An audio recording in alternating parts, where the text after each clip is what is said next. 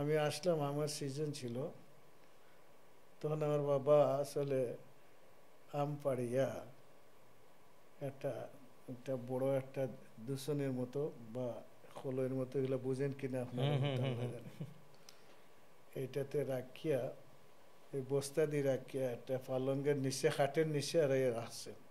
তো আমার তো ছোট বোন একটা ছিল বা বড় বোন ছিল, এরা ভাই এসেছিল, দেখেও খেতে দেন নাই।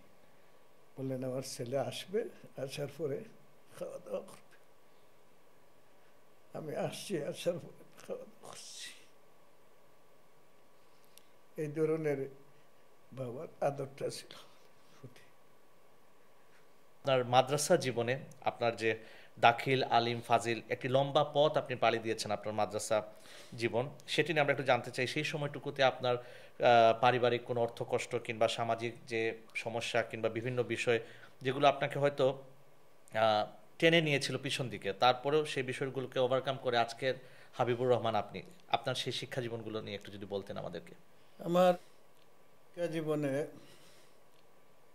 সবথেকে জানি না, তখন তো আর এই নির্বাচনও না কিছু না, কিন্তু একটা নেতৃত্বে আমি ছিলাম। তখন মাদ্রাসা এবং স্কুল পাশাপাশি ছিল। তখন যারা মাদ্রাসায় পড়তো, স্কুলে পড়তো, উভয় উভয় আমার কথাটা মানত, এবং কীভাবে মানতো এটাও বলতে পারবো না, কিন্তু মানত তখন সেইটা। এই আর পড়াশোনার বিষয়ে বিশেষ করে আমার বাবা সাংঘাতিক, মানে ওনার অবদান এটা বলা কঠিন। উনি রাত্রেবেলা উঠে খান্নাহাটি করতেন আমার জন্য, নাও নাই। আমি কিন্তু একটা পর্যায়ে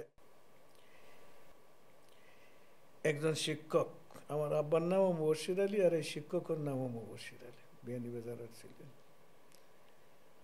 অনেকে মনে করতো ওনার ছেলে আমি।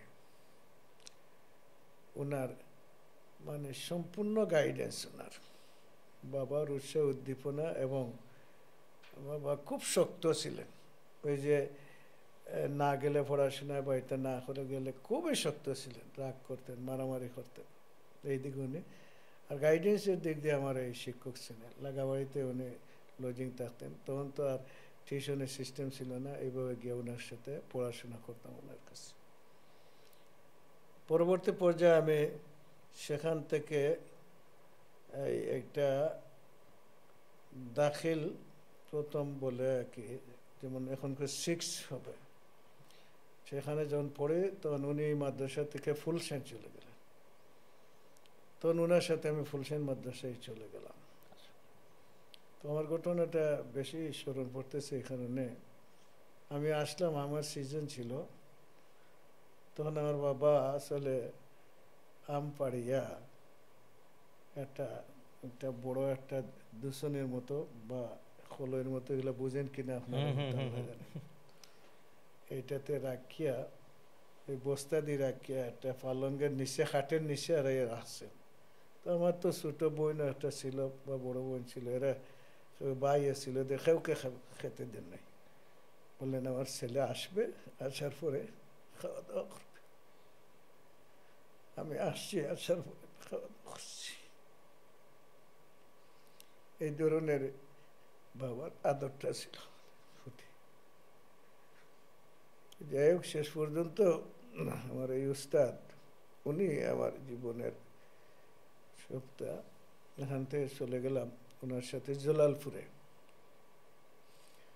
জালালপুরে যাওয়ার পরে তখন এখানে আমি পড়াশোনাতে একটু ভালো ছিলাম, তাই এখানে যেমন মনে করেন আমি 6 লেখাপড়া করেছি 6 মাস। তো সেখানে যাওয়ার পরে আমার উস্তাদ বললেন, না তোমাকে এখন এই যেটা এখন হয়তো 7 বলে, 6 বা 7 এই পর্যায়ে হয়তো হতে পারে, আউয়াল দোয়া মাগের কথাটা এভাবে ছিল। তখন গিয়ে সেখানে আমি ভর্তি হলাম, এটা 5, 4, 5, 6 হবে, এটা ভর্তি হলাম। তখন ওই একটা বর্ষে আমি 2টা ক্লাস পড়লাম, একটা বর্ষে আমি 2টা ক্লাস পড়লাম। পড়ার পরে উনি আবার এই মিরগঞ্জ মাদ্রাসায় আসলেন, ওনার সাথে আমার মিরগঞ্জে চলে আসলাম, মানে ভালো আসতে। আসার পরে এখানে আর একটা গ্যাপস ড্রপ দিলাম, এখান থেকে ফুলশাইন আসলাম, ফুলশাইন থেকে এখানে মনে করেন 6 বা 7 এইটা পর্যায়ে আসে, এইটে এখন সেখানে আবার অর্ধেক 6 মাস, আর এখানে এসে 6 মাস আবার পড়ে আবার আরো 2টা ক্লাস আমি একসাথে পড়ে নিলাম। সেটা সম্ভবত এই 69-70 এই ধরনের এটা হতে পারে, 69 বা 70 এই ধরনের সময় হতে পারে।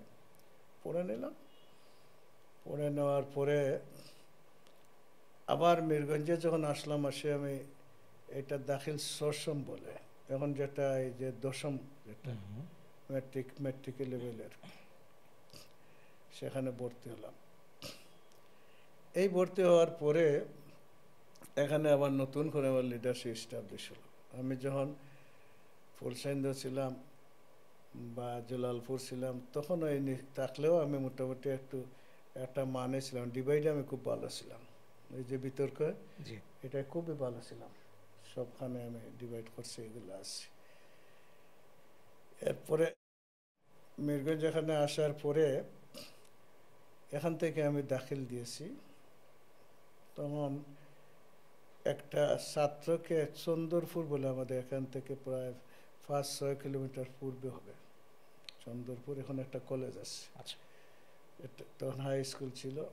একটা ছাত্রকে একজন লোক মারছে, এই খবরটা যখন পাইলাম, তখন তারা খবর দিল, কে একজন সুফিয়ান নামে একজন আসছিল, এসে আমাকে বলল। তখন হাই স্কুল এবং মাদ্রাসায় যারা ছিল তাদেরকে নিয়ে আমি বসলাম, বসার পর বললাম এটাতে একটা উপযুক্ত জবাব দিতে হবে। তখন সবাইকে আসলে দেখেন লাইফ কি সুন্দর, আসলে লাইফ। তখন একটা লঞ্চ রিজার্ভ করলাম আমরা, বড় লঞ্চ। এবং যেহেতু আমরা এখান থেকে মিরগঞ্জ থেকে মাদ্রাসা এবং হাই স্কুলের বড় বড় যারা ছিল 9-10 যারা, ওরা আমরা ছুটলাম। ঠিক পোনাইশক স্কুল ছিল আমাদের একটু সামনে গিয়ে, সেখান থেকে তারাও আসলো। এখানে আমার ওই সময় থেকে লোকেরা চিনে, তারাও আসলো।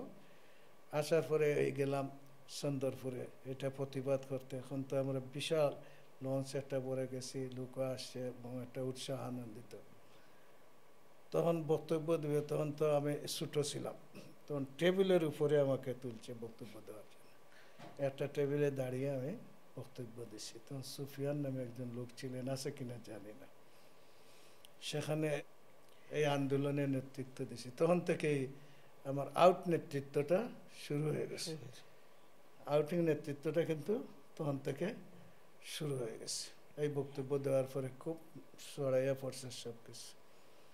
এরপরে মিরগঞ্জ যখন আমি দাখিলে পড়ি, তখন এইটার সেক্রেটারি ছিলাম। তখন বিপি সিস্টেমটা ছিল না, সেক্রেটারি ছিলাম।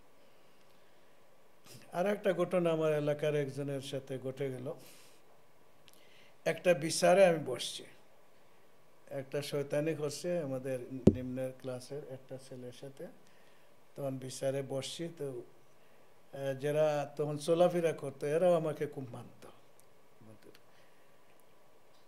বিচারে বসার পরে উনি একটু বেজ্জত হয়েছে, এটা করার কারণে বেজ্জত হওয়ার কারণে উনি আসলে একটা রেস্ট ধরছে। ধরার কারণে পরের দিন যখন মাদ্রাসায় আসছি, আসার পরে উনি আমাকে আক্রমণ করতে আসছে মাদ্রাসায়। এগুলো আমার এরা জানে না, আজকে কথাগুলো শুরু করছে। তখন মাদ্রাসায় আক্রমণ করতে আসছে, তো জানালা ভাই আসলে এই চাকু মারতে চেষ্টা করছে, পারে নাই। তো আমার ক্লাসমেট যারা ছিল সবাই চুলে ধরছে, কলম দিয়ে কুচাইছে, মারছে সবাই। মারিয়া আমার মাদ্রা স্লোগান দিয়ে বার হয়ে গেছে সবাই। এখন তো বিশাল স্কুলও বার হয়ে গেছে, শুনছে যখন আমার তাহলে স্কুলেরও নেতৃত্ব আমি দিছি, এটারও দিয়া। হাই স্কুলও বার হয়ে গেছে, মাদ্রাসাও বার হয়ে গেছে। এখন বিশাল মিছিল, এইগুলা একটা বুঝলাম না, একে বয়সের সময় একটা মিছিল দিয়ে তখন ওই লোকটা বাগিয়ে অন্য জায়গায় হয়ে গেছে, গড়ের লুকাইয়া থাকছে, এগুলা বিশাল কিচ্ছা। এখন ঘটনা হলো পরের দিন হয়েছে কি, যে আমার সিনিয়রই ছিলেন একজন, আসতেছেন তার গ্রাম থেকে। তখন রাস্তাত ফাইয়া সে কিন্তু ওনাকে চাক্কু মারি দিছে, ছোট্ট একটা যে চাক্কু মারছে। তো মারার কারণটা আসলে পরে জানছি যে ওনারা যখন তারা পাইছে তখন ওনারাও ছাত্রী দিয়ে তারা আক্রমণ করছে, ওনারা আক্রমণ করছে যে আমরা হাবিব ভাইরা মারছো তুমি দেখ মনে বুঝছেন, আক্রমণ করছে। যে পরে জিজ্ঞাসা করছে কি, তখন আক্রমণ করতে গেছে যখন পড়ে গেছে তখন তার হাতে একটা ছোট্ট চাকু ছিল, এটা দিক মারছে। আর উনি তো যখন আইসে পাঞ্জাবি খুলছে, রক্তে লাল হয়ে গেছে, তখন আবার বারে আমরা মিছিল শুরু করলাম। এখন ওই পারের স্কুল সব দেখা নেই। আগে একটা যুগ আছিল এমন যে এটা দৌড় মানে সবাই এইটা। তো যাই হোক, এটা শেষ পর্যন্ত সে মাপ চাইছে, এগুলো হয়েছে, বহুত কিছু হয়েছে। এইগুলো এই প্রথম লাইফের আমার এই ধরনের সিগনিফিকেন্ট ঘটনা।